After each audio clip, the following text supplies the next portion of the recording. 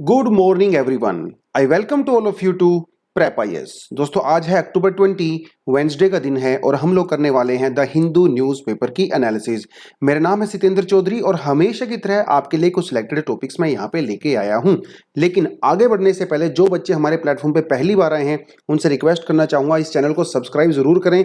हम यहाँ पे सिर्फ आपके लिए न्यूज़पेपर ही नहीं लेके आते हैं, उसके अलावा बहुत सारे दूसरे प्रोग्राम भी हम यहाँ पे लेके आते हैं और कंप्लीटली फ्री ऑफ कॉस्ट है। कोई सब्सक्रिप्शन चार्ज आपसे नहीं लिया जाता है और हमारा जो ये चैनल है ना, सिर्फ और सिर्फ आईएएस की स्टडी पे ही डेडिकेटेड है। तो हम लोग फालतू की चीजें करवाते नहीं हैं, एकदम कंप्लीटली एकदम चैनलाइज तरीके से और डेडिकेटेड तरीके से यूपीएससी की आपको तैयारी करवाते हैं। तो डेफिनेटली आपको सब्सक्रिप्शन मतलब सब्सक्राइब इसको कर लेना चाहिए और बेल आइकन पे भी क्लिक कर देना ताकि रोज हम लोग जो वीडियोस डालते हैं उसका नोटिफिकेशन आपको मिलता रहे। चलिए, ज्यादा डिले नहीं करते हैं, सीधा काम की बात करते हैं। तो आगे बढ़ने से पहले हमेशा की तरह बताना चाहूंगा कि आज हम लोग कौन कौन से टॉपिक करने वाले हैं। पेज नंबर साइड में दिया हुआ, आप कर ही सकते हो। पहला जो टॉपिक है वो रहेगा उत्तराखंड में। इवन सिर्फ उत्तराखंड में ही नहीं, केरला की बात भी कर सकते हो, मध्य प्रदेश की बात कर सकते हो, वेस्ट बंगाल की बात कर सकते हो, आंध्रा की बात कर सकते हो, जहां जहां पे इस समय फ्लड वाली सिचुएशन बन रही है। क्योंकि लेकिन आर्टिकल क्योंकि उत्तराखंड से डेडिकेटेड है, इसलिए हम थोड़ा सा फोकस उत्तराखंड के ऊपर ही करेंगे। तो अक्टूबर के महीने में इतना ज्यादा रेनफॉल होना अपने आप में थोड़ा सा अनयूजुअल है। इसके बारे में थोड़ी बात करेंगे कि इसका एक्चुअली कारण क्या है, अक्टूबर में इतना ज्यादा रेनफॉल हो रहा है। अगले टॉपिक हम लोग करने वाले हैं, यूरोपियन यूनियन ने जो है जीएम क्रॉप जो राइस है इंडिया से, वहां का उसको लेकर कुछ इशू है। जीएम राइस क्या होता है इसके बारे में बात करेंगे। ओवरऑल जीएम क्रॉप्स क्या होती है इसके बारे में बात करेंगे। यूरोपियन यूनियन इंडिया में जो राइस को हम लोग एक्सपोर्ट करते हैं उसके बारे में थोड़ा सा बात करेंगे। तो जीएस पेपर 3 में, एक्चुअली इसको आप जीएस पेपर 1 में वैसे तो एग्रीकल्चर सिर्फ जोड़ के देख सकते हो, लेकिन ज़्यादातर ये आपका साइंस एंड टेक वाला पोर्शन बनता है। क्योंकि जो जेनेटिकली जो इंजीनियरिंग की हम लोग बात करते हैं, बायोटेक्नोलॉजी की बात करते हैं, आपका आपका साइंस एंड स्टडी से कवर होता है। अगले वाली न्यूज करने वाले हैं द अदर कोड। एक नया कोड, कोड का मतलब होता है क्वाड्रिलेटरल, जहां पे 4 पार्टी इन्वॉल्व होती हैं। तो एक नया क्वाड्रिलेटरल बन के उभरा है अभी, जिसमें इंडिया भी एक पार्टी है। एक तो हमारे पहले से कोड है ही, एक नया कोड बना है। इसके लिए हमारी क्या इंपॉर्टेंस हो सकती है, ये आज के एडिटोरियल के सेक्शन से भी हम लोग कवर करने वाले हैं। तो आपका जीएस पेपर 2 में इसको हम लोग यहाँ पे कवर करेंगे। अगले जो टॉपिक करेंगे वो करेंगे Chinese patrolling slightly up in the east, यानी कि अरुणाचल प्रदेश वाले रीजन में चाइनीज लोगों आर्मी जो है दोबारा से भैया थोड़ा सा ज्यादा एक्टिव हो गई है। तवांग रीजन को लेकर हम लोग पहले बात कर चुके हैं, तो इसके बारे में एक आर्टिकल है, छोटा सा, ज्यादा बड़ा नहीं है, लेकिन करने की कोशिश करेंगे क्योंकि दिया हुआ है तो थोड़ा सा अपनी मेमोरी को भी हम लोग रिफ्रेश कर लेंगे यहाँ पे। अगला टॉपिक है, कहता है कि PM orders drive to cut red tape. बहुत छोटा सा टॉपिक है, बताने की कोशिश करूंगा कि रेड टेप क्या होता है, अभी कौन कौन से हमारे जो एडमिनिस्ट्रेशन के अंदर जो कंस्ट्रेंट्स हैं वो कौन कौन से कंस्ट्रेंट्स हैं, किस तरह से हमारे यहाँ पे डिले होता है, नहीं होना चाहिए, वो सारे बारे में थोड़ी हल्की फुल्की हम लोग यहाँ पे बात करेंगे। उसके बाद आता है कि gross NPA of the banks rise to 8.9%। ये जो है क्रिसिल ने कहा है, कृषि के रेटिंग एजेंसी, इसके बारे में थोड़ा सा देखेंगे। आगे बताता है कि in the cross hairs civilians and the Kashmiri harmony, ये हम लोग आज के एडिटोरियल से कवर करने वाले हैं। लेकिन ओवरऑल आपके एग्जाम के परस्पेक्टिव से आज कोई ज्यादा टॉपिक यहाँ पे नहीं है, लेकिन जितने टॉपिक हैं हम लोग इसकी डायमेंशन को ओपन अप करने की कोशिश करेंगे ताकि कुछ नया सीखने को मिले। देखिए दोस्तों, अगर आप सेम टॉपिक को भी बार बार पढ़ते हो उसको न्यूज़पेपर से, तो डेफिनेटली वहाँ पे कुछ नई डायमेंशन आपको हमेशा देखने को मिलती है। तो आपकी जो एग्जिस्टिंग नॉलेज होती है ना, और ज़्यादा एनहेंस होती रहती है, राइट। अगर आप मेरी बात से एग्री करते हो तो कमेंट सेक्शन में थम्स अप लगा दीजिए। देखिए, ऐसा लक्ष्मीकांत में होता है ना, लक्ष्मीकांत जितनी बार भी आप खोलते हो आपको लगता है कि लक्ष्मीकांत उन्होंने अच्छे से पढ़ ली है और आपको लक्ष्मीकांत पूरी आती है, लेकिन अगर लक्ष्मीकांत को 2 दिन के बाद ओपन करोगे ना, आप उसमें आपको कई सारी चीजें नहीं देखने को मिलेंगी। हर बार जब आप लक्ष्मीकांत को ओपन करोगे कुछ ना कुछ आपको नया देखने को मिलता है। यही तो एक बेनिफिट होता है कि चीजों को रिवाइज करने का। उस टॉपिक को बार बार रिवाइज करिए, कुछ नई डायमेंशन पता चलेंगी और जो पहले से डायमेंशन आपको पता है उसको आप और ज्यादा रिटेन कर सकते हो, मेमोराइज कर सकते हो। चलिए स्टार्ट करते हैं आज के पहले टॉपिक से। पहला टॉपिक कहता है कि उत्तराखंड के अंदर बारिश बहुत ज़्यादा हुई। देखिए यहाँ पे डैम भी टूट गया। अब अगर आप स्पेशली अल्मोड़ा में या जो नैनीताल डिस्ट्रिक्ट है, अगर आप यूट्यूब वगैरह देख रहे होंगे, व्हाट्सएप पे आपके पास वीडियोस भी आ रही होंगी, कितना ज़्यादा बुरा हाल हो गया नैनीताल वाले रीजन में। मुझे देख के बहुत बुरा लगा कि नैनीताल में मैं 2-3 बार जा चुका हूँ। जिन सड़कों पे मैं वहाँ पे घूमा था, फोटो वोटो अपने क्लिक किया था, सेल्फी लिया था, वहाँ पे उन सड़कों पे पानी भर गया है बहुत ज़्यादा और पुल वगैरह भी टूट गया है वहाँ पे। तो देखिए, नेचर जो है ना यार, नेचर सिर्फ अच्छा नहीं होता है, नेचर के बहुत डेंजरस भी होता है। तो और हाँ, इसलिए हम लोगों को नेचर को प्रोटेक्ट करने की जरूरत है, कंजर्व करने की जरूरत है। हम लोग सिर्फ नेचर की एक साइड को मत देखें, उसकी जो वर्स्ट साइड होती है उसके लिए भी अपने आप को प्रिपेयर यहाँ पे रखना चाहिए। तो उत्तराखंड में बारिश हो रही है, ये तो एक अलग से मुद्दा है ही, वो तो ऑफकोर्स न्यूज़ है। लेकिन इस न्यूज़ को लेके हम लोग अपने एग्जाम के लिए इसको कैसे यहाँ से कुछ लेसन्स ले सकते हैं, ठीक है। वैसे मेंस में भी यहाँ से क्वेश्चन आ सकता है, वो आपसे सीधा सा क्वेश्चन पूछ सकता है कि in the monsoon, in the time of the withdrawal of the monsoon, many areas in India have experienced lot of unexpected rainfall, discuss the reasons behind it and suggest some measures to address the problem. इस तरह का simple सा question आपसे पूछ सकता है। तो क्या कारण है कि उत्तराखंड में इस समय बारिश हो रही है? क्या ये अनयूजुअल है? क्या ऐसा पहली बार हो रहा है, पहले नहीं हुआ है? अगर हो रहा है तो क्यों हो रहा है, इसका कंसिक्वेंसेस क्या है, वो थोड़ा सा हम यहाँ पे देखने की कोशिश करेंगे। इसका डिजास्टर मैनेजमेंट वाले पोर्शन से भी कवर कर सकते हो। देखिए, जो मटीरियोलॉजिस्ट हैं उनका कहना है कि अक्टूबर के महीने में बारिश होना अनयूजुअल नहीं है, क्योंकि ये वो जो समय होता है ना जब मॉनसून विड्रॉ कर रही होती है, मतलब वापस जा रही होती है। यूजुअली क्या होता है, हमारे यहाँ पे जो विड्रॉ करने की डेट है वो होती है सितंबर 17, लेकिन इस साल मॉनसून विड्रॉ हुआ अक्टूबर 6 को, यानी कि पूरा 19 दिन का डिले हो गया। तो जब ये 19 दिन का डिले हो गया तो इसका मतलब जो आपका रेन फॉल का जो टाइम था, बारिश का जो टाइम था, वो भी एक्सटेंड हो गया, है ना। एक यहाँ पे वो बड़ी प्रॉब्लम है जिसकी वजह से बारिश हो रही है। दूसरी बात यह है कि जब मॉनसून विड्रॉ होता है उस समय वेस्टर्न डिस्टर्बेंस जो है उस वो आता है। वेस्टर्न डिस्टर्बेंस मतलब वेस्ट की तरफ से, मेडिटेरेनियन ओशन की तरफ से विंड आनी शुरू हो जाती है इंडिया के अंदर। अब उसकी वजह से जो हिमालय या जम्मू एंड कश्मीर के जो हाइयर ग्राउंड्स होते हैं वहां पे स्नोफॉल होता है, और उत्तराखंड में रेनफॉल भी देखने को मिलता है। नॉर्दर्न इंडिया पार्ट में, जैसे दिल्ली में भी बारिश हो रही है। दिल्ली में पिछले 60-65 साल में इतनी ज़्यादा बारिश पहली बार हुई है अक्टूबर के महीने में, क्योंकि इस बार एक तो देखिए यहाँ पे दोनों चीज़ें कंबाइन हो गई। एक तो विड्रॉ डिले हो गया, ऊपर से वेस्टर्न डिस्टर्बेंस का भी इन्फ्लुएंस हो गया। तो दोनों चीज़ों की वजह से एक लो प्रेशर एरिया बन गया, जिसकी वजह से यहाँ पे बारिश जो है बहुत ज़्यादा हो गई है। तो कहने का मतलब ये है कि अक्टूबर में बारिश होना अनयूजुअल नहीं है, लेकिन इतना ज़्यादा अमाउंट का बारिश होना वो थोड़ा सा अनयूजुअल है, क्योंकि वेस्टर्नली डिस्टर्बेंस और आपका जो लो प्रेशर एरिया है दोनों यहाँ पे कंबाइन हो गए हैं। इस समय इंडिया में दो जगह पे लो प्रेशर सिस्टम बना हुआ है। एक बना हुआ है आपका अरेबियन सी में मुंबई के आसपास, दूसरा बना हुआ है आपका बे ऑफ बंगाल में आंध्रा कोस्ट के आसपास। और दोस्तों जहां पे लो प्रेशर बनता है वहां पे हमेशा रेनफॉल होता है। ज्योग्राफी का बिल्कुल बेसिक सा कॉन्सेप्ट है, क्योंकि जहां पे लो प्रेशर होता है वहां से एयर जो है वो राइज करती है, और जब एयर राइज करती है तो अपने साथ मॉइस्चर लेके जाती है। एक एक ऑल्टीट्यूड पे पहुंचने के बाद वो मॉइस्चर कंडेंस हो जाता है और क्लाउड फॉर्मेशन होता है। उसी क्लाउड में से आपका रेनफॉल होता है। तो जहां जहां पे लो प्रेशर सिस्टम बनता है उस समय वहां पे रेनफॉल होता है। ये एक यहाँ पे रीजन इन्होंने बताया है। तो डिले वाला तो मैंने आपको रीजन ऑलरेडी बता ही दिया है, लेकिन एक चीज आपको यहाँ पे समझने की जरूरत है, हर नेचुरल फिनोमिना डिजास्टर नहीं होता है। कल मैं किसी का इंटरव्यू सुन रहा था यूट्यूब पे, उन्होंने ये बहुत शानदार बात बोली कि हम लोग हर चीज के लिए क्लाइमेट चेंज को दोषी ठहरा देते हैं। इससे होता क्या है, हमारे सर से रिस्पॉन्सिबिलिटी खत्म हो जाती है। आप किसी को क्वेश्चन नहीं करते हो, है ना। आप पॉलिटिशियन को क्वेश्चन नहीं करोगे, पॉलिसी मेकर्स को नहीं क्वेश्चन करोगे, देखो उनके पास सीधा सा आंसर होता है, भैया मैं कुछ नहीं कर सकता, क्लाइमेट चेंज का दोष ठहराते हैं। यहां पे एक चीज आपको समझने की जरूरत है, क्लाइमेट चेंज की वजह से नेचुरल फिनोमिनाज इंटेंस हो सकते हैं, लेकिन वो डिजास्टर में कन्वर्ट होते हैं ह्यूमन एक्शन की वजह से। यहां पे उन्होंने एक रीजन दिया कि जब 2001 में जब उत्तराखंड अलग हुआ उत्तर प्रदेश से, तो एकदम से उत्तराखंड के अंदर लार्ज स्केल कंस्ट्रक्शन किया गया, लार्ज स्केल इंफ्रास्ट्रक्चर डेवलपमेंट किया गया।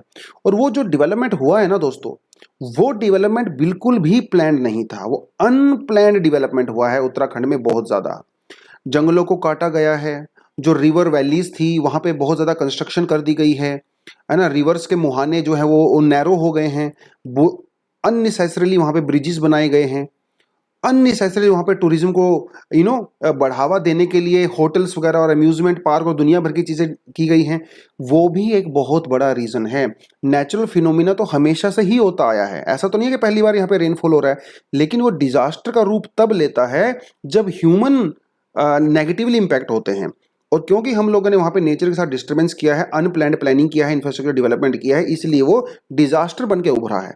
ये पॉइंट में आप मेंशन करोगे कि नेचुरल फिनोमिनाज, हर नेचुरल फिनोमिना डिजास्टर नहीं होता है। अनप्लान्ड तरीके से जब आप चीजें करते हो तो वो डिजास्टर का रूप ले लेता है। ठीक है, एक ये रीजन भी आप यहाँ पे बता सकते हो। खैर, क्लाइमेट चेंज तो है ही, लेकिन क्लाइमेट चेंज का फर्क जो है वो एक लॉन्ग पीरियड ऑफ टाइम में देखने को मिलता है, छोटे पीरियड ऑफ टाइम में देखने को नहीं मिलता है। खैर, वो सारी सारी चीजें हैं। ये जो डायग्राम मैंने यहाँ से लिया है, ये IMD से लिया है, मतलब इंडियन मेट्रोलॉजिकल डिपार्टमेंट की वेबसाइट से लिया है।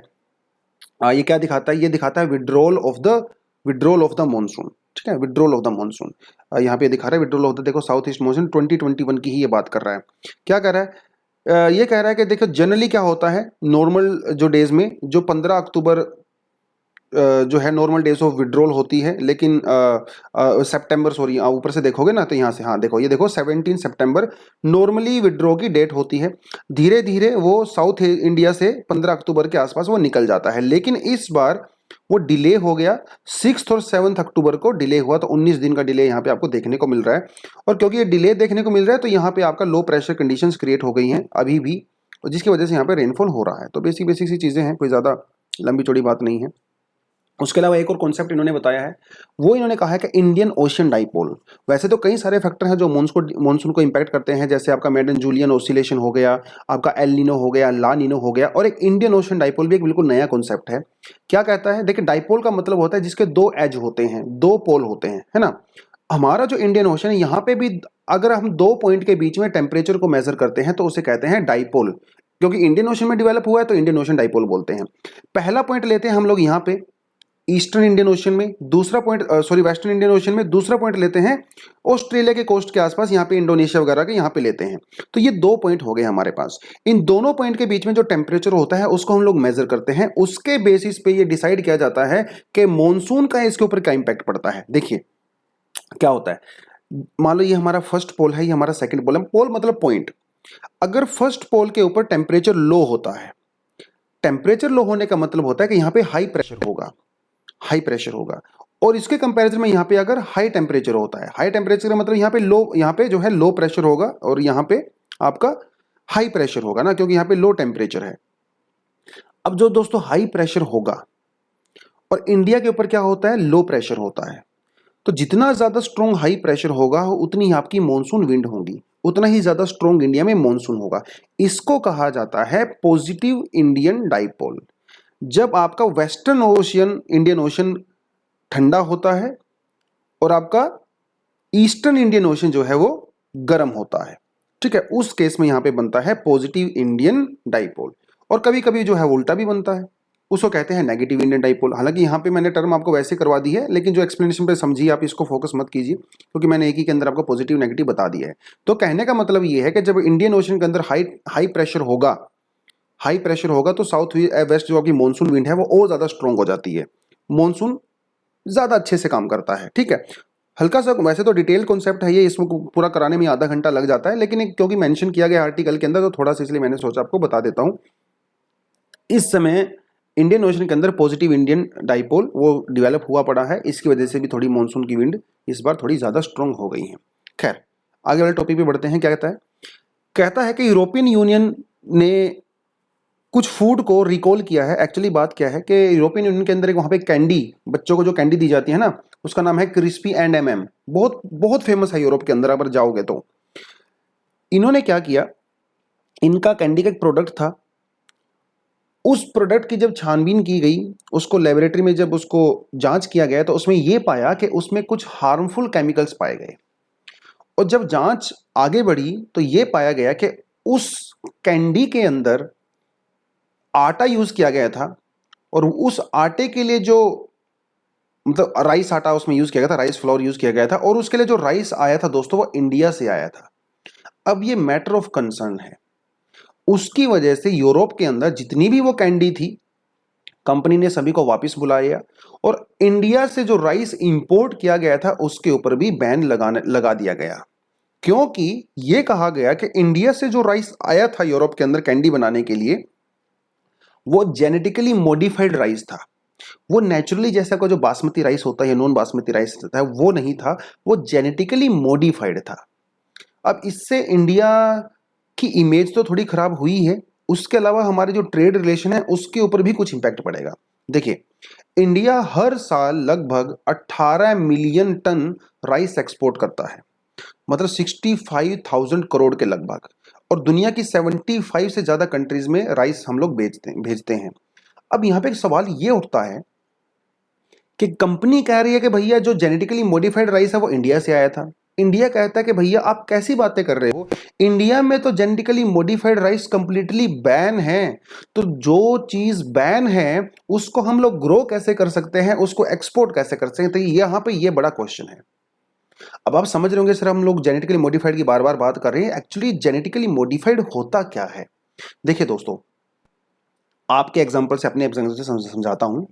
हमारे जैसे मान लो हमारी कुछ प्रॉपर्टीज होती हैं, ठीक है, जैसे हमारा आईज कलर होता है, हेयर कलर होता है, दांत होते हैं, हमारे कुछ डिसीज होते हैं। वो किस चीज के ऊपर डिपेंड करते हैं? वो डिपेंड करते हैं आपकी जीन्स के ऊपर। आपकी जीन्स आपकी प्रॉपर्टी डिसाइड करती हैं। इसी तरह से जो हमारे क्रॉप्स होती हैं उनकी प्रॉपर्टी भी जीन्स डिसाइड करते हैं, जो उनके सेल्स में पाए जाते हैं, कोशिकाओं में पाए जाते हैं। अगर आप उनके जीन्स को हल्का फुल्का ट्वीक कर देते हो, मॉडिफाई कर देते हो, तो उनकी प्रॉपर्टी में भी चेंज आ जाता है। मान लीजिए अभी कोई राइस की कोई वैरायटी है और वो राइस की वैरायटी के ऊपर काफी ज्यादा पेस्ट अटैक होता है ना, पेस्टिसाइड, पेस्ट जो है उसके ऊपर अटैक करते हैं, कीड़े मकोड़े अटैक करते हैं।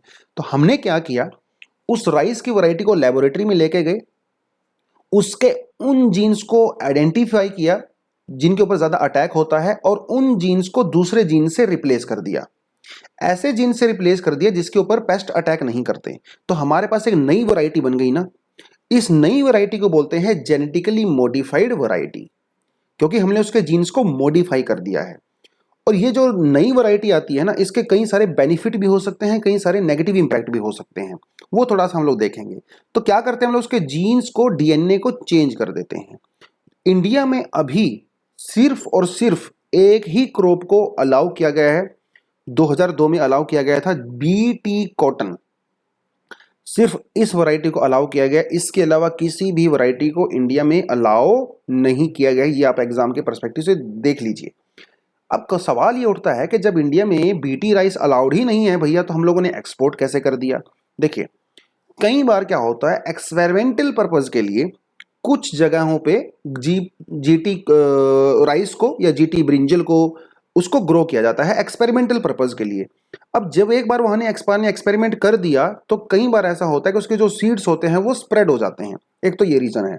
दूसरा रीजन ये है कि कई किसान इलीगल तौर पे उस वैरायटी को ग्रो करते हैं, क्योंकि उसकी प्रोडक्शन अच्छी होती है, और उसको एक्सपोर्ट भी कर देते हैं। तो यहाँ पे ये सिचुएशन भी हो सकती है। तो सरकार अभी क्या करेगी, एक इंक्वायरी बिठाएगी और देखने की कोशिश करेगी कौन से फार्मर्स हैं जो इलीगली बीटी राइस को ग्रो कर रहे हैं। एक यहाँ पे देखने की ये चीज़ है। उससे पहले बीटी बिंजल को लेके बहुत ज़्यादा कंट्रोवर्सी हुई थी इंडिया में, तो बीटी बिंजल को भी अलाउड नहीं है इंडिया में, क्योंकि इसको लेके काफ़ी ज़्यादा चीज़ें देखी गई हैं। अब बात यहाँ पे है कि सर ये बीट जीएम की हम लोग बहुत ज़्यादा बात करते हैं, टेक्नोलॉजी की बात करते हैं, तो इसका कुछ एडवांटेज भी हैं, कुछ कंसर्न भी हैं। ये एक्स्ट्रा पॉइंट मैंने यहाँ पे डाला हुआ है, इसमें आपका आर्टिकल में ऐसा कुछ नहीं दिया हुआ था। एडवांटेज क्या है? पहली बात एडवांटेज ये है कि जो डिसीज वगैरह होते हैं उससे आपको एक्स्ट्रा प्रोटेक्शन मिल जाती है। जो इंसेक्ट्स होते हैं, पेस्ट होते हैं, तो नई जो वैरायटी होती है ना, अपने आप को ज़्यादा अच्छे से प्रोटेक्ट कर सकती हैं। ये ज़्यादा कोल्ड और हीट को भी टॉलरेट कर सकती हैं, ड्रोट को टॉलरेट कर सकती है, सैलिनिटी को टॉलरेट कर सकती हैं। जीएम क्रॉप्स क्या है, वो फूड सिक्योरिटी को प्रोवाइड करवाती है। देखिए, दुनिया की पॉपुलेशन बढ़ रही है, फूड की डिमांड भी बढ़ रही है, तो इसकी वजह से जो है लोगों को ज़्यादा फूड अवेलेबल करवाना है। तो वो जीएम क्रॉप एक बहुत बढ़िया साधन है इतनी बड़ी पॉपुलेशन का पेट भरने के लिए। एक यहाँ पे ये चीज़ हो गई। दूसरी चीज़ यहाँ पे ये है कि क्योंकि जो जीएम क्रॉप्स होती हैं इनकी ओवरऑल प्रोडक्शन ज़्यादा होती है, तो हमारे फार्मर्स की इनकम भी इंक्रीज हो जाती है इससे। लेकिन कुछ कंसर्न भी हैं, कुछ मेडिकल कंसर्न है। ऐसा कई बार सर्वे में, स्टडीज में देखा गया है कि जीएम क्रॉप्स का यूज करने से ब्रेस्ट कैंसर या किडनी फेलियर, है ना, हाई जो आपका ब्लड शुगर वगैरह वो इंक्रीज होता है। तो हेल्थ यहाँ पे काफ़ी ज़्यादा कंसर्न है। उसके अलावा हमारी स्पीसीज जो डाइवर्सिटी होती है वो डिक्रीज होती है, तो ये भी एक बहुत बड़ा कंसर्न यहाँ पे है। उसके अलावा जो जीन्स होते हैं जो वो किसी और क्रॉप को भी ट्रांसफर हो सकते हैं, जो हम लोग इतने सालों से यूज करते हैं, जो हमारी नेचुरल क्रॉप होती है, उसको भी इम्पैक्ट यहाँ पे ये लोग कर सकते हैं। एक समस्या यहाँ पे ये भी है कि जितना ज़्यादा प्रोमिस किया जाता है कि जीएम क्रॉप्स बहुत ज़्यादा प्रोडक्शन कर देंगे, एक्चुअल में उतना प्रोडक्शन इनका है नहीं। जितना प्रोमिस किया जाता है ना, मतलब थोथा चना बाजे घना, वो एडवर्टीजमेंट में पता नहीं क्या क्या दिखाते हैं, 1 हफ्ते में गोरे हो जाओगे, 4 दिन में गोरे हो जाओगे। लोग 4-4 साल से सेम क्रीम लगाते रहते हैं, कुछ भी फर्क नहीं पड़ता है ना। तो एक वो समस्या यहाँ पे, एडवर्टीजमेंट कुछ और किया जाता है, एक्चुअली इम्पैक्ट कुछ और होता है। और कुछ लोग ऐसा मानते हैं कि आप जो है प्लांट्स को, और क्योंकि इसके अंदर क्या होता है ना, इसके अंदर बैक्टीरिया इंट्रोड्यूस किया जाता है जीन्स को चेंज करने के लिए, तो कुछ एथिकल कंसर्न भी हैं यहाँ पे। लोग मानते हैं कि नेचर के साथ छेड़खानी नहीं करनी चाहिए, है ना, जो नेचुरल चीज़ें हैं आप उसका यूज़ करिए, वो सारी की सारी चीज़ें यहाँ पे हैं। खैर, अगला टॉपिक हमारे पास आता है Chinese patrolling slightly up in the east. देखिए, जो इंडिया चाइना का बॉर्डर है उसको आप लोग 3 भागों में डिवाइड कर सकते हो। पहला होता है आपका वेस्टर्न सेक्टर, जिसके अंदर आपका J&K वाला पोर्शन आता है। दूसरा होता है आपका मिडिल सेक्टर, जिसके अंदर आपका उत्तराखंड और हिमाचल वाला रीजन आता है। तीसरा होता है हमारा ईस्टर्न सेक्टर होता है, जिसमें आपका अरुणाचल प्रदेश और आपका सिक्किम वाला रीजन आता है। देखिए, J&K में तो समस्या चल ही रही थी, इसमें तो कोई डाउट नहीं है, बहुत समय से चल रही है, लगभग 2 साल होने को हैं। अरुणाचल प्रदेश में भी समस्या बढ़नी शुरू हो गई है, क्योंकि अरुणाचल प्रदेश में यहाँ पे एक जो है तवांग मोनेस्ट्री है, बुद्धिस्ट मोनेस्ट्री है, और चाइना इसको क्लेम करता है, जिसकी वजह से यहाँ पे कुछ टेंशन चल रही है हमारे बीच में। तो चाइना के बहुत सारे ट्रूप्स वो ईस्टर्न सेक्टर में यहाँ पे अरुणाचल के आसपास आगे सेटल डाउन हो गए हैं, वहाँ पे टेंट वगैरह लगा लिया उन्होंने। इंडिया भी अपने एफर्ट्स को यहाँ पे ज़्यादा स्ट्रॉन्ग करने की कोशिश कर रहा है। तो इंडिया ने कौन कौन से स्टेप लिए हैं उसी के बारे में थोड़ा सा ही आपको बताना था यहाँ पे। इंडिया में ने जो है 2014 में माउंटेन स्ट्राइक ग्रुप को शुरू किया था। ये माउंटेन स्ट्राइक ग्रुप इतना एडवांस होता है कि ये बहुत जल्दी 24 घंटे में 36 घंटे में ही मोबिलाइज हो जाता है। अगर दुश्मन ने आपके ऊपर अटैक कर दिया तो बहुत जल्दी हम लोग डिफेंस कर सकते हैं, अपने आप को अटैक भी कर सकते हैं। उसके अलावा इंटीग्रेटेड बैटल ग्रुप मॉडल को यहाँ पे अप्लाई करने की कोशिश की जा रही है। ये क्या होता है कि ब्रिगेड साइज एक फॉर्मेशन होती है जो बहुत जल्दी स्ट्राइक कर सकती है, अटैक कर सकती है, समय को बचाने के लिए बेसिकली। उसके अलावा हम लोगों ने यहाँ पे चिनूक हैवी लिफ्ट हेलीकॉप्टर भी तैनात कर दिए हैं। होवरिज जो एक M777 अल्ट्रा लाइट, ये ना, ये जब यहाँ पे दिख रहा है, ये आर्टिलरी की मदद करने के लिए होता है। बेसिकली यूएसए से हम लोगों ने इसको इंपोर्ट किया है। बहुत लाइट होता है, बहुत एडवांस होता है, और बहुत जल्दी जल्दी फायर कर सकता है। इसको भी हम लोगों ने अरुणाचल प्रदेश के बॉर्डर पे तैनात कर दिया है। तो अपनी तरफ से हम लोग पूरी तैयारियां कर रहे हैं। उसके अलावा वहाँ पे जो रोड्स हैं, जो इंफ्रास्ट्रक्चर है, उसको भी हम लोग डेवलप करने की कोशिश कर रहे हैं। कुछ टनल्स वगैरह वहाँ पे बनाई जा रही हैं। रिसेंटली न्यूज़ में थी वहाँ पे एक सेला टनल, ठीक है, ये आप देख सकते हो। तो ये भी हम लोग अरुणाचल प्रदेश में अपनी सोल्जर्स की मूवमेंट के लिए या वेपन्स की मूवमेंट के लिए इसको यहाँ पे चला रहे हैं, ठीक है। तो कोशिश कर रही है सरकार अपनी तरफ से पूरी, और करना भी चाहिए, क्योंकि चाइना ऐसा तो नहीं है कि समस्या सुलझने वाली नहीं है। अभी चाइना फ्यूचर में और ज़्यादा टेंशन यहाँ पे देगा हम लोगों को। तो हमें भी चाहिए कि अपना इंफ्रास्ट्रक्चर हम लोग अच्छे तरीके से फ्यूचर की रिक्वायरमेंट के हिसाब से डेवलप करें, ठीक है। चलिए आगे बढ़ते हैं। India, Israel, UAE and USA. देखिए, क्वाड्रिलेटरल का मतलब होता है जिसमें 4 पार्टीज होती हैं, ठीक है। यहाँ पे भी 4 पार्टी हैं, इंडिया है, इजराइल है, यूएई है और यूएसए है। मिडिल ईस्ट का थोड़ा सा मैप आपको समझ में आना चाहिए, क्योंकि यहाँ से कई बार बहुत सारे क्वेश्चन पूछे जाते हैं। हर कंट्री का आपको पता होना चाहिए कि इसके आसपास कौन सी कंट्री होती हैं, कौन सा सी है, कौन सा ओशियन है, कौन सा क्या क्या है, सब कुछ आपको पता होना चाहिए कि कैस्पियन सी को कौन कौन सी कंट्री सराउंड करती हैं, ब्लैक सी को, मेडिटेरेनियन ओशियन को, रेड सी को कौन कौन सी कंट्री सराउंड करती हैं। हर चीज़ आपको यहाँ पे पता होनी चाहिए। अब देखिए, यहाँ पे कंट्री है इसराइल, ठीक है। इसराइल के बारे में आप सबको पता है कहाँ पे है। यहीं पे आपके जो है कंट्री आ जाती है यूएई। यहाँ पे देखिए आपका यूएई है। एक आपका आ जाता है इंडिया और एक आपका आ जाता है यूएसए। अब देखिए, इजराइल एक ऐसी कंट्री है मिडिल ईस्ट के अंदर जहां पे दूसरी जो मिडिल ईस्ट कंट्रीज हैं वो इजराइल को रिकग्नाइज नहीं करती हैं। अगर रिकग्नाइज करती भी हैं तो इजराइल को लेके उनके मन में बहुत ज़्यादा दुश्मनी भावना है। मतलब बेसिकली वो एक अलग से हिस्ट्री है, उसमें हम लोग नहीं जाएंगे। लेकिन इजराइल इजराइल को डिस्ट्रॉय करना चाहती हैं, तो उनके रिलेशन अच्छे नहीं हैं। लेकिन ट्रंप जब भाई साहब थे वहाँ पे यूएसए में प्रेसिडेंट थे, उन्होंने कुछ एफर्ट लिए और यूएई के बीच में और इजराइल के बीच में उन्होंने पीस एस्टेब्लिश करवाई, इनके बीच में अग्रीमेंट करवाया। और ये बहुत बड़ा लैंडमार्क एक इवेंट है हिस्ट्री के अंदर दोस्तों। आपको मैंने बिल्कुल हल्के में बता दिया, लेकिन बहुत बड़ा लैंडमार्क। उससे इसको कहा जाता है अब्राहम अकॉर्ड। क्या कहता है? Abraham accord. अगर एग्जाम वगैरह में पूछा जा सकता है अब्राहम अकॉर्ड, जो इजराइल के बीच में और यूएई के बीच में हुआ। इतना बड़ा इंसिडेंट था ये कि मिस्टर ट्रंप के लिए नोबेल प्राइज के लिए भी नॉमिनेट उनको कर दिया गया। Getting this point? अब देखो, अब अगर हम बात करें इंडिया की, इंडिया का यहाँ पे क्या एंगल है।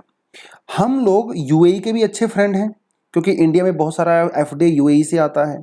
नेचुरल गैस के लिए, पेट्रोलियम के लिए हम लोग यूएई के ऊपर डिपेंड करते हैं।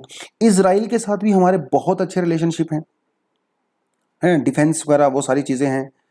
अब इंडिया यहाँ पे पहले कंफ्यूज होता था। अगर हम लोग यूएई के साथ अच्छे रिलेशन बनाते थे तो इजराइल नाराज हो जाता था, इजराइल के साथ बनाते थे तो यूएई नाराज हो जाता था। दूसरी कंट्री का भी यही हाल है, ईरान सऊदी अरेबिया का भी यही हाल है। तो इंडिया को यहाँ पे बैलेंस बनाना बड़ा मुश्किल हो जाता था। लेकिन thanks to Trump and thanks to Abraham accord, क्योंकि अभी दोनों कंट्री कॉमन ग्राउंड पे आ गई हैं, तो इंडिया को यहाँ पे एक अपॉर्चुनिटी नजर आई है।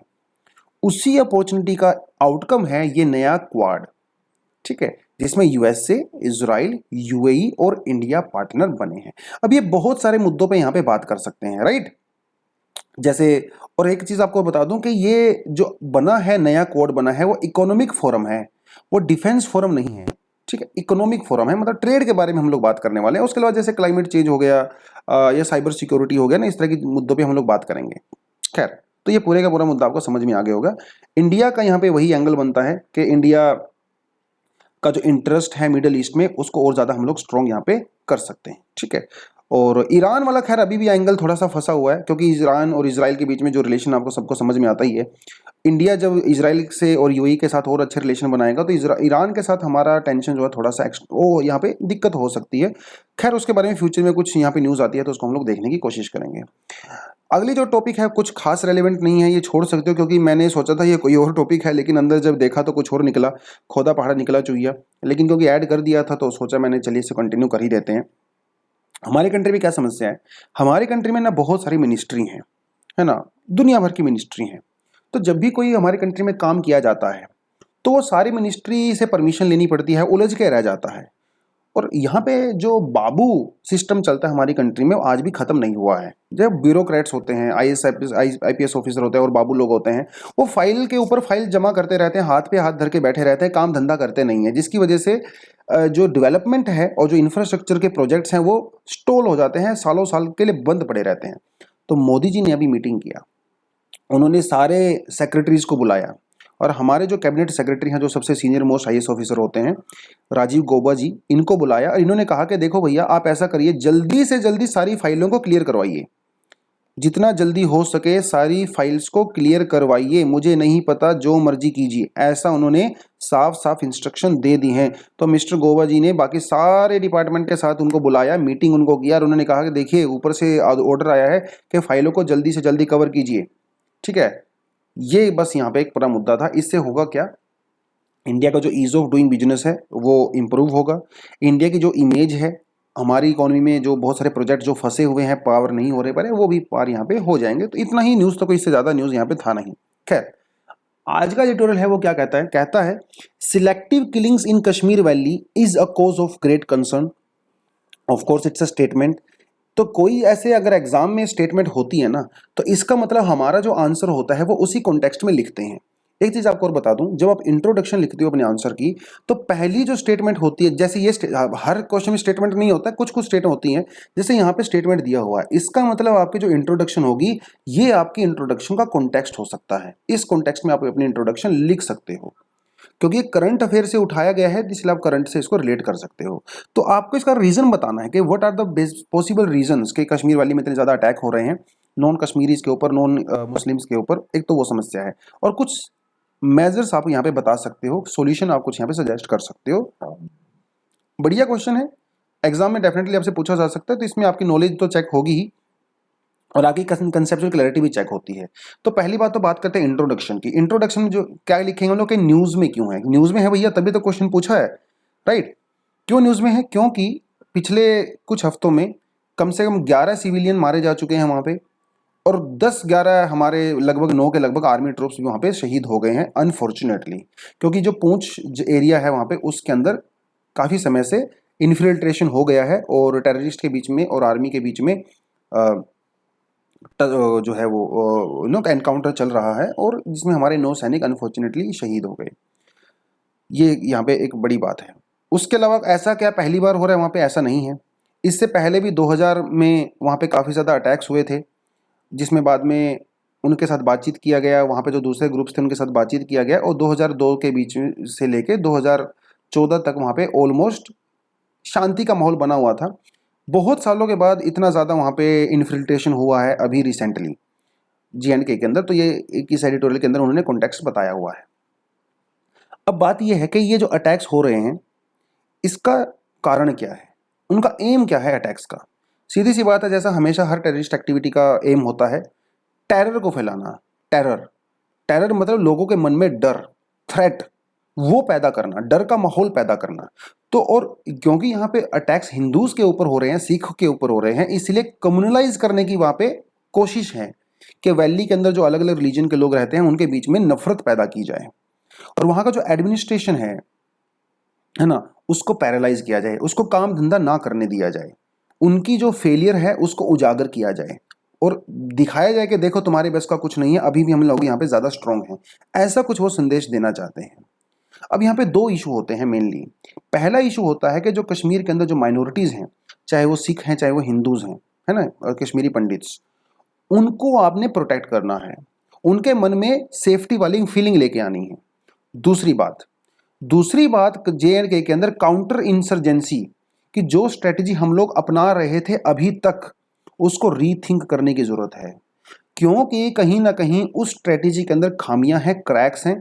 तो दोबारा से सोचने की जरूरत है कि उसको हम लोग कैसे इंप्रूव कर सकते हैं। इस बार जो अटैक हो रहे हैं ना, वो थोड़े से नए तरीके के अटैक हो रहे हैं। इस बार जो अटैक हो रहे हैं ना दोस्तों, वो अटैक करने के लिए लोग पाकिस्तान से नहीं आ रहे हैं, वो इस बार यहीं के लोकल रिक्रूट किए गए हैं। समस्या ये है कि वो फुल टाइम मिलिटेंट नहीं है, वो वहीं पे वैली में जॉब करते हैं, आपके जैसे मेरे जैसे इंसान हैं, और रात के समय में या कभी कभी मतलब बोलते हैं ना पार्ट टाइम मिलिटेंट्स हैं, पार्ट टाइम, फुल टाइम नहीं है। उनको लोकल ही रिक्रूट किया गया है, लोकल ही उनको ट्रेनिंग दी गई है और लोकल ही उनको हथियार दिए गए हैं, जो कंट्री साइड जो कट्टे वट्टे बनाए जाते हैं ना वो। इसी वजह से शायद वहां पे इस बार ये अटैक्स को हम लोग प्रॉपर तरीके से काउंटर नहीं कर पा रहे हैं, है ना। यहाँ पे एक बड़ी समस्या है। अब इसका आउटकम क्या हुआ, आउटकम क्या है? आउटकम ये हुआ कि वहाँ पे बहुत सारे जो कश्मीरी पंडित थे, जो सिख थे, वो वैली को छोड़ के जाने के लिए मजबूर हो गए हैं। इवन जो माइग्रेंट लेबर्स थी, आपको पता है कि 2 दिन पहले बिहार से 2 माइग्रेंट लेबर थे, वहाँ पे उनको भी मार दिया गया दिन दिहाड़े। तो बहुत सारे माइग्रेंट लेबर भी वहाँ से जाने को मजबूर हो गए हैं। कुछ कुछ जो है कैंप्स में रह रहे हैं, रिफ्यूजी टाइप का। कुछ लोग बेचारे वो रेलवे स्टेशन वगैरह पे वेट ही कर रहे हैं। हालांकि वहाँ का एडमिनिस्ट्रेशन को कह रहा है कि अब मत जाइए, आपको सेफ्टी है, ऑल दैट, लेकिन भैया जब जान की बात आती है तो फिर कोई कॉम्प्रोमाइज़ नहीं करता है। आउटकम यहाँ पे ये हुआ कि ये जो हाइब्रिड मिलिटेंट्स हैं, ऐसा माना जा रहा है कि बहुत सारे लोकल लोग उनको सपोर्ट करते हैं, उनको छुपाने में मदद करते हैं, उनकी एक्टिविटी को हाइड करते हैं। तो शक के बिना पे 700 से ज़्यादा लोगों को डिटेन किया गया है J&K के अंदर, कश्मीर वैली के अंदर बेसिकली डिटेन किया गया, उनसे पूछताछ उनसे की जा रही है। लेकिन यहाँ पे एक बहुत अच्छा आउटकम इस बार ये आया कि कश्मीर के अंदर जितनी भी ऑर्गेनाइजेशन है, चाहे वो रिलीजियस ऑर्गेनाइजेशन हो चाहे वो पॉलिटिकल ऑर्गेनाइजेशन हो, इन किलिंग्स को कंडेम कर रही हैं, उनको क्रिटिसाइज कर रही हैं। वहाँ पे जो मॉस्क हैं, जो मस्जिद हैं, वहाँ से ब्रॉडकास्ट किया जा रहा है, लाउड स्पीकर के थ्रू लोगों को अपील की जा रही है कि शांति बना के रखिए, और इन जो अटैक्स हो रहे हैं उसको क्रिटिसाइज किया जा रहा है। तो ये थोड़ा सा वहाँ पे इस बार जो है पॉजिटिव आउटकम आया है, जो जनरली 1990s में देखने को नहीं मिलता था। लेकिन कश्मीरी पंडितों को लेके यहाँ पे काफ़ी झटका लगा है। पहले से ही J&K के अंदर सिर्फ और सिर्फ आपको पता है कि जब 1990s में जब कश्मीरी पंडितों का पलायन वहाँ से एक्सोडस स्टार्ट हुआ था, तो 800 के लगभग फैमिली अभी भी पीछे रुकी हुई थी। उनमें से भी बहुत सारी फैमिली अभी वहाँ से जाने को मजबूर हो गई हैं। तो एक माना जा रहा है कि जो 1990s में सिचुएशन थी, वही सिचुएशन शायद J&K के अंदर वापस आ गई है। और सिर्फ पंडितों की बात नहीं कर रहे हम लोग, सिख माइनॉरिटीज़ के ऊपर भी वहाँ पर लगातार अटैक हो रहे हैं। अब यहाँ पे सरकार की जो पॉलिसी है उसके अंदर थोड़ी सी खामियां हैं, जो लॉन्ग टर्म के लिए इफेक्टिव नहीं है। अभी 2004 में भी, 2006 में, 2016 में और 2019 में सरकार ने कई ऐसे स्टेप लिए हैं जिससे जो इंडिया के अंदर दूसरी जगह पे जो पंडित चले गए थे उनको वापस बुलाया जा रहा था। तो वो जो फैमिली नई कश्मीर के अंदर आई है, वो कहाँ रहती हैं? गेटेड कम्युनिटीज़ में रहती हैं, मतलब एक रेजिडेंशियल एरिया में रहते हैं जिसका गेट बंद हो जाता है, सिक्योरिटी होती है। लेकिन इतना कितने लंबे समय तक चलेगा यार ये? तो गेटेड जो एनक्लेव्स होते हैं, जो कम्युनिटीज़ होती हैं, जो रेजिडेंशियल बिल्डिंग्स होती हैं, जो उसके वो एक लॉन्ग टर्म सॉल्यूशन नहीं है। तो ये एक गलती है, तो इसको थोड़ा सा चेंज करने की यहाँ पे ज़रूरत है। इसके साथ साथ काउंटर इंसर्जेंसी भी करने की ज़रूरत है। देखिए अल्टीमेटली तो वही होगा ना। तो एक तरफ आपने क्या करना है, सिक्योरिटी को इंश्योर करना है, दूसरी तरफ आपने दूसरे तरीके भी यहाँ पे खोजने पड़ेंगे। अब यहाँ पे सॉल्यूशन क्या है और रिस्पॉन्स क्या है? देखिए, कुछ लोगों का मानना है कि ये जो इस समय अटैक हो रहे हैं, इस अटैक के लिए जो ग्राउंड है वो काफ़ी पहले से तैयार हो गया है। जब से हम लोगों ने 370 को हटाया है तब से ग्राउंड वहाँ पे तैयार हो रहा था, लोगों के मन में गुस्सा था। अभी वहाँ पे सरकार ने कुछ ऐसे नए स्टेप लिए हैं जिसकी वजह से वो गुस्सा और ज़्यादा बढ़ गया है। वहाँ पे आर्टिकल 311(12) 2 इसके तहत कुछ गवर्नमेंट एम्प्लॉइज़ को डिसमिस किया जा रहा है। और एक्चुअली डिसमिस तो किया जा रहा है लेकिन उनको हियरिंग भी नहीं हो रही है। मतलब आप उनसे उनको अपना पॉइंट ऑफ व्यू रखने का भी आप मौका नहीं दे रहे हो। उनको सिर्फ और सिर्फ डिसमिस किया जा रहा है क्योंकि सरकार को ऐसा शक है कि ये लोग टेररिस्ट एक्टिविटी को सपोर्ट करते हैं या किसी पॉलिटिकल ऑर्गेनाइजेशन से जुड़े हुए हैं। इस तरह की जब चीज़ें वहाँ पे हो रही है ना, उसकी वजह से लोगों के मन में बहुत गुस्सा है और जिसका रिस्पॉन्स अभी नजर आ रहा है, ऐसा इस एडिटोरियल के अंदर बताया गया है। उसके अलावा जो पहले लोग वहाँ से पंडित लोग चले आए थे, सरकार ने क्या किया, उनकी जो पुरानी प्रॉपर्टीज थी, जो जमीन थी, उनका जो मकान था, उसको रिकवरी करने के लिए कई सारे कदम वहाँ पे उठाए गए, जिसका वहाँ पे काफ़ी नेगेटिव इम्पैक्ट हुआ। देखिए, उन बातों को 30 साल हो गए हैं, तो उस प्रॉपर्टी के अंदर डेफिनेटली भी कोई और लोग रहते हैं, तो आप ऐसा तो नहीं कर सकते उनको 30 साल के बाद बोलोगे आप यहाँ से भागी, यहाँ पे पंडित लोग आके रहेंगे। तो वो जो गुस्सा है ना मन में, वो भी एक यहाँ पे हो सकता है। अब इसका सोल्यूशन देखिए यहाँ पे जो नजर आता है, फरवरी के महीने से अभी तक पहली बार इतने लंबे समय तक इंडिया और पाकिस्तान के बीच में सीज फायर सक्सेसफुली काम कर रहा है। मतलब हमारी आर्मीज आपस में जो है एक्सचेंज नहीं कर रही हैं फायर को, बेसिकली उसको सीज फायर बोलते हैं। ऊपर से अभी इंडिया ने एक नया स्टेप लिया है अफगानिस्तान की सिक्योरिटी को लेके। अफगानिस्तान में अपने इंटरेस्ट को लेके इंडिया ने पाकिस्तान के एनएसए को इनवाइट किया है। उसके अलावा इंडिया ने दूसरी कंट्री जैसे रशिया, उज्बेकिस्तान, इनके एनएसए को भी इनवाइट किया है। तो ये स्टेप दिखाता है कि इंडिया बातचीत करने के लिए तैयार है। और सिर्फ पाकिस्तान के साथ ही नहीं भैया, वहाँ के जो लोकल पॉलिटिकल ऑर्गेनाइजेशंस हैं, दूसरे ग्रुप हैं, उनके साथ भी इंडिया को बातचीत करनी चाहिए ताकि माइनॉरिटीज़ के कंसर्न को भी देखा जाए और मेजोरिटी के कंसर्न को भी देखा जाए। इसके अंदर एक बहुत शानदार लाइन बोली गई है आर्टिकल में। इसने कहा है that unprotected majority can not provide the security to the minority. मतलब जब तक मेजोरिटी थ्रेटन फील करेगी, वो माइनॉरिटी को सिक्योरिटी प्रोवाइड नहीं करवा सकती है। इस समय जो कश्मीर के अंदर मुस्लिम मेजोरिटी है, वो कहीं ना कहीं अपने आप को थ्रेटन फील कर रही है, जिसका रिएक्शन ये नजर आ रहा है। ये एडिटोरियल के अंदर बताया गया है। तो क्या करना चाहिए बेसिकली, वहाँ पे जो ह्यूमन राइट्स हैं या दूसरी ऑर्गेनाइजेशंस हैं, माइनॉरिटी ग्रुप के साथ मिलकर सरकार को बातचीत करनी चाहिए। जो सारे स्टेक होल्डर्स हैं, सबके साथ मिलकर बैठ के बात करनी चाहिए, ठीक है। उसके अलावा कुछ एडिशनल आर्टिकल जो हमेशा की तरह हमारे यहाँ पे आते हैं, आप यहाँ पे देख सकते हो। India Russia common in Afghanistan killing, ये JNK वाला सेम मुद्दा वापस रिपीट हो गया है। उसके अलावा मूडीज़ ने इंडिया की रेटिंग को जो है स्टेबल रखा है। मूडी क्या है, एक इंटरनेशनल रेटिंग एजेंसी है जिसके बारे में हम लोग पहले बात कर चुके हैं, राइट। उसके अलावा क्रिसिल भी एक रेटिंग एजेंसी है, इंडिया की सबसे पुरानी इंडिया की केयर एजेंसीज में से एक है क्रिसिल और केयर, ठीक है। केयर सबसे पुरानी है, उसके बाद आपका क्रिसिल आता है।